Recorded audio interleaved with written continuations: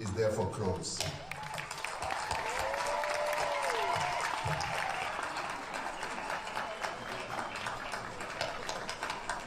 This is probably the biggest advert for South Africa and Africa that I've ever seen in my 40 years reporting. The positivity in terms of the messaging that has come out of this conference is something that you cannot buy. The positive story of Africa's economic upturn, whether you're looking at the 13 fastest growing countries in the world being of African origin, is a story that you cannot tell to a larger platform. So for me, I think what this conference has done is to firmly place Africa on the map. And I think not only that, place Africa on the map with a positive message that I think has not resonated as much as this has done.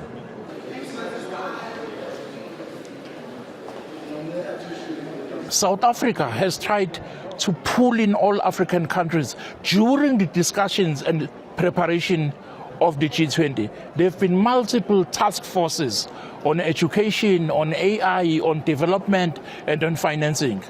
Now, the good thing is that the African continent has got a demographic bulge, which is the African youth dividend. But that African youth dividend, if it's not nurtured, we're going to see an African youth curse. So G20 will be remembered for having set instruments in place that will avoid and prevent, or rather mitigate, the spiral evil of hunger, poverty, unemployment. It will be remembered for that.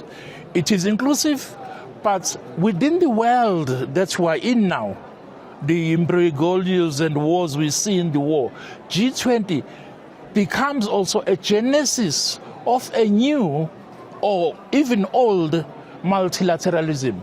When powers that be try to go unilateral, G20 showed that there is a possibility of establishing a new foundation. Now, here's the thing with this G20 and the importance that is taking place on the African soil. None of the treaties that we have from Bretton Woods Institutes, United Nations, all the institutions that we know and the frameworks, they were all initiated in the global north. This is the first ever occasion where the global south is no longer at the periphery. Specifically, the African continent is not at the periphery, but is at the center of everything.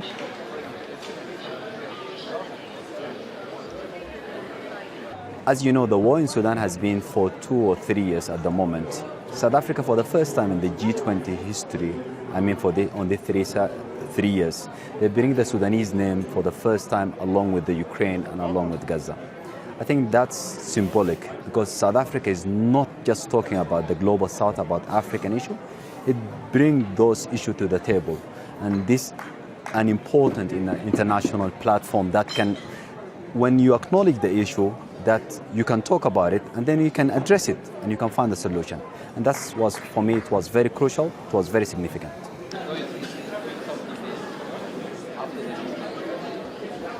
I think there's a potential of business, there's a business potential in Africa.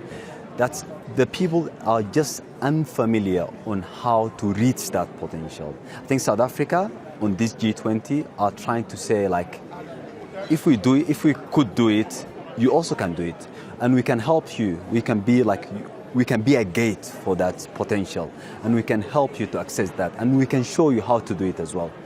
In Africa here, like this serious issues that before no one could talk about it. I think South Africa managed to talk about. One of these issues, the mineral resources, that it's been before, like, to open your mouth and speak about, you should add value on those minerals here in Africa. That was not possible. But this time, I think South Africa was speaking about normally, like casually. Now it's time for us to address this. And I think this is also open new kind of collaboration between Africa and like the global north or the other Western countries as well. We just need to change that, the old dynamic and traditional way of doing business, but we still have a potential of doing to reach a new deals, a new kind of win-win or economic growth together.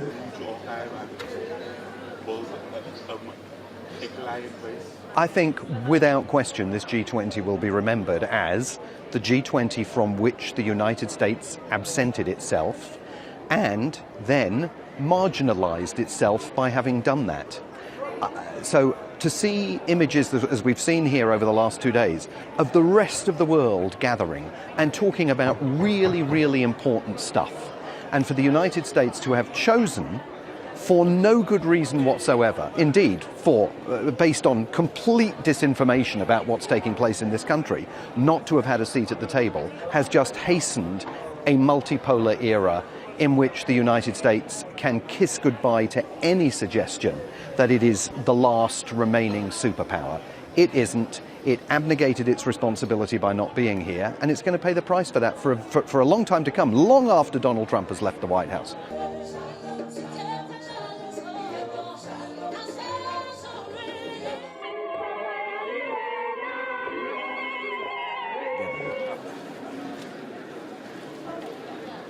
Yes.